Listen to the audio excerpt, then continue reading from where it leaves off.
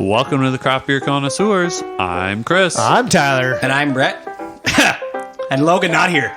Logan's not here. No, he literally left. I But don't know why. It is Logan's episode. It is. So he told us what we're doing, and so we're doing it. But yes, he is not present. Yeah, He's drifting down that water. He had like a hockey game or like a curling event or like But you know it is a present. family Sunday afternoon thing he had to go to. I don't know what he did. Oh, there it is. He had to do something that wasn't apparently hanging with us anymore. All right. Well, you know what? We know the priorities. Even though Logan's not here and doesn't like us, again, probably drifting away in that canoe without a paddle, set us up with a little bit of a script here. So today's producer special is, once again, thanks to friend of the podcast. You've heard his name many a time. We apologize for every single time. And his voice. And his actual image on the I don't even YouTube. know why he should be here today instead of like Logan's not here, but like Hey, this guy should have been here. Listen, we've got 75% of the vote. If we want to just make a permanent Trevor producer, we'll talk about it at our next AGM. But Trevor Wilhelm has supplied us with some beer for today. So yeah, if you haven't listened to any or all of our content, by all means, go back, give it a listen. Trevor has been mentioned a couple times on the podcast. And he has listened to both his episodes. It's true. Yeah, well, that's good. And actually, one thing I do want to point out, which is not in the script because producer Logan, again, does not want to talk to me. Trevor actually reached out and said, hey, guys, I don't know if you realize this, but on Spotify, Google Podcasts, Apple, wherever you listen to your favorite Craft Beer Connoisseurs podcast, it was only actually keeping a library of the past 100 episodes. Oh. And we are well over 100 now. Maybe I should say well over, but we were past that. We're 100. like 108. We're past that mark. And so it was a keen eye by Trevor to actually notice that we are over that 100 and they weren't being cataloged. So I had to go into the settings in our podcast host and make the change. Because the producer wasn't doing it. Drop the ball, Logan. But yeah, so Trevor noticed it, so I went in and made the change, and now everything is cataloged in there. Some places like Apple Podcasts will only do up to 300 episodes, but most of the others allow for an open repository. Outrageous. So good eye, Trevor. Thank you, Trevor. We appreciate that. So yeah, again, Trevor has been on two previous producer specials. One, he provided us with some beers from Rogue River or Rouge River. What did we decide on? I don't think we ever decided on that, actually. Rogue River in Markham, Ontario. And the other one was actually obtain a 4-pack of the Blueberry Ale from TransCanada in Winnipeg, which at the time was paying tribute to essential workers, which Trevor was one of them and still is an essential worker in my mind. He has just relocated. He has relocated, but he will always be essential to this podcast during the COVID pandemic. And now, too. It's true. Always essential because, as a reminder, Trevor is a registered respiratory therapist. So he did spend some time working in Winnipeg, as we mentioned. I'll give a clap for the first part. Yes. Definitely not the second part. I'm just kidding, Winnipeg. We love you. We love you. I was there last year. Sorry. Cross that off the list, right? Well, he recently went back to Winnipeg. So as we mentioned in one of the other episodes. Sorry. Say that slowly. He recently went back to Winnipeg. So let me fill you in on a little backstory that maybe you don't know. Is that Trevor actually had a week off from his job in Ontario. Yep. And during his week off, went back out to Winnipeg to work as a respiratory therapist. He's making the money. Because they're so desperate for them out there. Hey. So he took his vacation to go work and make twice the amount of money and was getting paid at bold places. Double, What a triple, guy! quadruple dip. Which is why he was able to afford his beers. Sounds like a businessman. Yeah. Guy after my own heart. So I was going to do this. So while he was out there, he said, hey, you know what? I know these guys, these craft beer connoisseurs back in Ontario. They might like some of these Manitoba beers. So he picked us up some. Especially when there's no price point behind them. It's great. Yeah, you guys didn't pay, right? No, I didn't know. Oh, there you Chris? No. Logan? Chris certainly He's did not here, but he paid. Chris certainly did not. And that's the thing is, I just want to, point this out. Sometimes you just got to pick up for the other ones that aren't on Instagram and say, hey, I got you. I mean, if it just happens to be around your birthday, then sometimes it just works that out. way. And also, when you put a message in a group chat like Instagram, you want to say, hey, I'm going here. Does anybody want anything? Instead of just posting a random picture of something, hoping people will respond. Logan's done that before. Yes, he has, yes. It's and then I producer did Joe. it just as like a troll, if you will, just to see if anybody was going to pick up on it. Obviously, thank you. Offline, we talked about it. Thank you that you did. Yeah. So, he didn't get anything that I ordered. Just so everybody knows at home, Brett was pointing to me, thanking me. I just, Chris, just me. Chris does not have the enviable task of having Instagram. No. That's a big word. He only follows Instagram through his wife. Yeah. Yeah, whatever I'm told. Yeah. About. Which is basically through his wife for everything. Whatever he's told. You're connected through, marriage. It's a So, thing. I have the access through marriage. I have access to through marriage, apparently. We're all married. Logan? Oh, he's still not here. Yeah, maybe he's getting married for all we know. That SOB. Then I would give him the benefit of the doubt. A secret wedding. I would, you sucker. So, we've talked about it. We said that Trevor has helped us out with this. Do we want to talk maybe about what we're drinking today?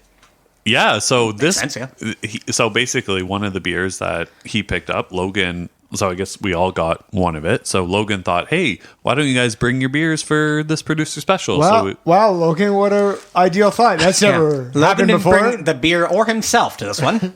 It's just been a crazy thought, like we've never done this before. Right. Producer Logan, or the next producer, whoever we get, is like, we're going to have to sign Let's try something new. We're going to have to sign like an agreement Change to it say up. like, hey, you have to provide us stuff before we provide you anything. Give us some new content. Yeah, reciprocal, right? Exactly. So this beer is the Mango Pineapple Creamsicle from a brewery called Grain To Glass Brewing in Winnipeg, of course. And so Logan wanted to highlight this beer for us and all the listeners because Trevor has previously brought back a beer from Grain To Glass called the Creamsicle Ale, which was an orange flavor creamsicle beer, which Brett, you and producer Logan and Trevor all rated a 5 out of 5. Yes. Tyler, you gave it a 4.25 and I gave it a 3.5. So basically the idea was, we've had this creamsicle ale beer from the same brewery. Really liked it. So let's try the mango pineapple creamsicle. Yeah, it really, good job, Trevor.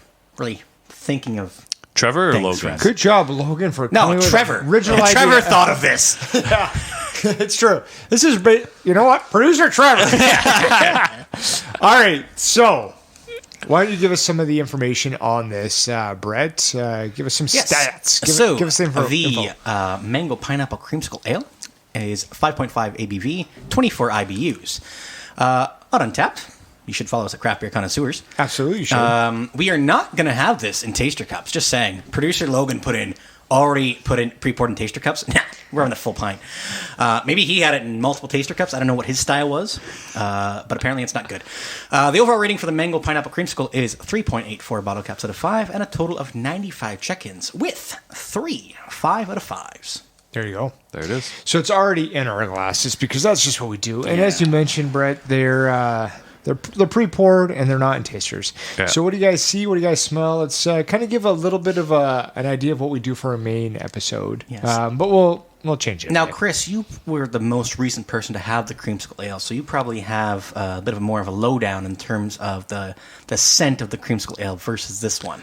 Yeah, it did have orange scent. I will say the reason I kind of went lower on that rating than the rest of you guys is because it kind of came off to me as like a fake flavor, very artificial orange.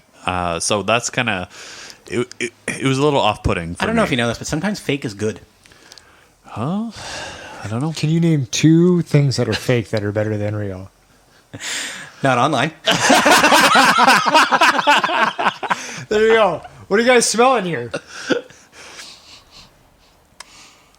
So I'm getting a lot of, like, I guess it's the mango, but it's not really a strong mango. Maybe it's the mix of mango and pineapple. Like a Dole Whip. It's almost like it might be like artificial mango and artificial pineapple, perhaps. Perhaps. But I'm getting like kind of like a Dole Whip. Like You know what is better artificial than real? Banana flavor. He got you good there. And you think banana is better artificial than real? Yes, I do. Absolutely not. Yeah. Would you rather mine was just boob 1 and boob 2. It's really awkward if one's artificial and the other one isn't. But hey, there you go. Yeah. That's why I said 2. I don't think that's true. I think I'd rather have like a regular banana over artificial banana. No, like banana candies with like the fake banana flavor are better than real bananas. Oh, are you talking because you're talking candies? They're adding like sucrose in this. Come on now. Anyways, sucrose in this, I assume. So anyway, this smells like as I said, like a Dole Whip, like a pineapple Dole Whip. If that makes any sense to you guys. No, not really. No chance. I don't go to the Costco's or the grocery stores to buy some pineapple Dole Whip. I'll show you a picture. But Please. anyways, do you want to kind of drink it? I would like to drink it. Yes. Let's do that. What do you guys? You guys get into it. Go ahead. Do you want to talk about the can actually, Brett? Yeah. Let me sip first. No. Let me sip. You talk can. All right, fine. So the can is a nice glass of a cream. What looks like a creamsicle. In terms of like ice cream with a whipped cream, not a pineapple. Oh, like a Dole Whip? Nah, it's called Cool Vip. Emphasis on the H. And then a tree beside it with, I believe, some mangoes on it. And then randomly a guy playing a guitar. That is pretty random. With an amp. Yes. Just to emphasize on the mango and the pineapple. So as you see here, that literally looks like a McDonald's sundae. So a Dole Whip, it's kind of like take a banana split, remove the banana out of it, and just kind of keep the pineapple with it. You know how they do like a pineapple, like a strawberry, a chocolate side of the banana split?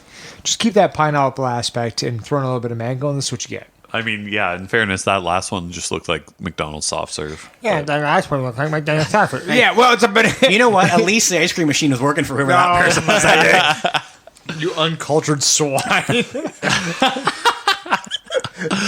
But yes, interesting can, right? It looks like a mango tree and then pineapple bushes. Is that how pineapples grow? I thought they grew on trees. They don't. They actually grow from the ground, and so it is very much like that. You'll generally get like a yield of 1 pineapple per bush. Me being the farmer that I am, everything Tyler said is absolutely correct.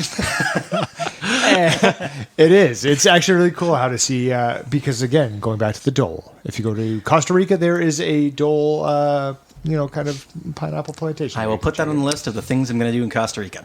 Anyway, I just want to say about Grain to Glass out of Winnipeg is that they're kind of like a homebrew supplier as well throughout there. So in terms of getting a lot of homebrew equipment and whatnot, you can get them from there. But also all the recipes that they make for each of their beers, ingredients, information on everything is available on their website. So if you want to make this beer at home, perhaps, go to the website, get all the ingredients, and make it. And then send it to us so we can compare it to the actual version. That's a great point. Let's talk about the top 4 flavor profiles in this one. Is that Logan math or Trevor math? No, there's regular math. Just how it is. Okay. So this is what's on tap. So the number 1 is creamy. It has some creaminess, but I definitely would not put that. Not as much as 1. the regular orange creamsicle, I would say, in terms of creaminess. Number 2 is mango. Yes and no. If we're going to, tell me the yes and then tell me the no. Like there's mango in it. I'm just trying to figure out where I would put it in my kind of ratings. I don't think it's a number 2, but it's within the top 5, if you know what I'm saying. Yeah, I would say the same thing. Okay. Number 3 is pineapple. That would be the number 1 for me. Anana. Yeah. Français. Yeah. Oh, oui. Yes, it does have pineapple probably as number 1. Yeah. And number 4 is refreshing. It is. Yeah. It has a refreshing quality. I will say this definitely does have that artificial vibe to it as well. I'm okay with it though. Yeah. It also drinks. If there was number 5 in here, I'd maybe almost put heavy. It sits heavy. It does sit lactose. heavy. It does sit a bit heavier. I will agree with that, Brett. That's a good call. Great understanding of the beer. It's almost like a hands are up certification. The hands are up. Yeah, it's true. That's true. Well, what about other people in terms of their thoughts on this beer? Oh, okay. So the first one is from Trevor. Trevor who? Sorry? Wilhelm? Okay. What's the handle of Trevor Wilhelm? Trev Will H. Sounds familiar. Yeah. Trev Will H. Or how Trev Will? But they wouldn't get the H if I said Trev Will. Got to put the on there. Anyway, On February 3rd, because obviously he was the first person to get the beer, so obviously he had it before all of us. Not as good. First person out of us. Not the first person in general. You're gonna sewer me on the next one. Go ahead. I mean, I'm not going to sewer you, but I guess it's somebody's getting sewered. Not as good as the orange creamsicles, but still solid. They get the creaminess just right. 4.25 out of 5. Don't know if they get the creaminess just right on this one, but I will say it's not going to be as good as the orange creamsicle rating. Sure. So next one I got is Doug J. Handles Doug J. 1845. It's a big year. You guys remember 1845?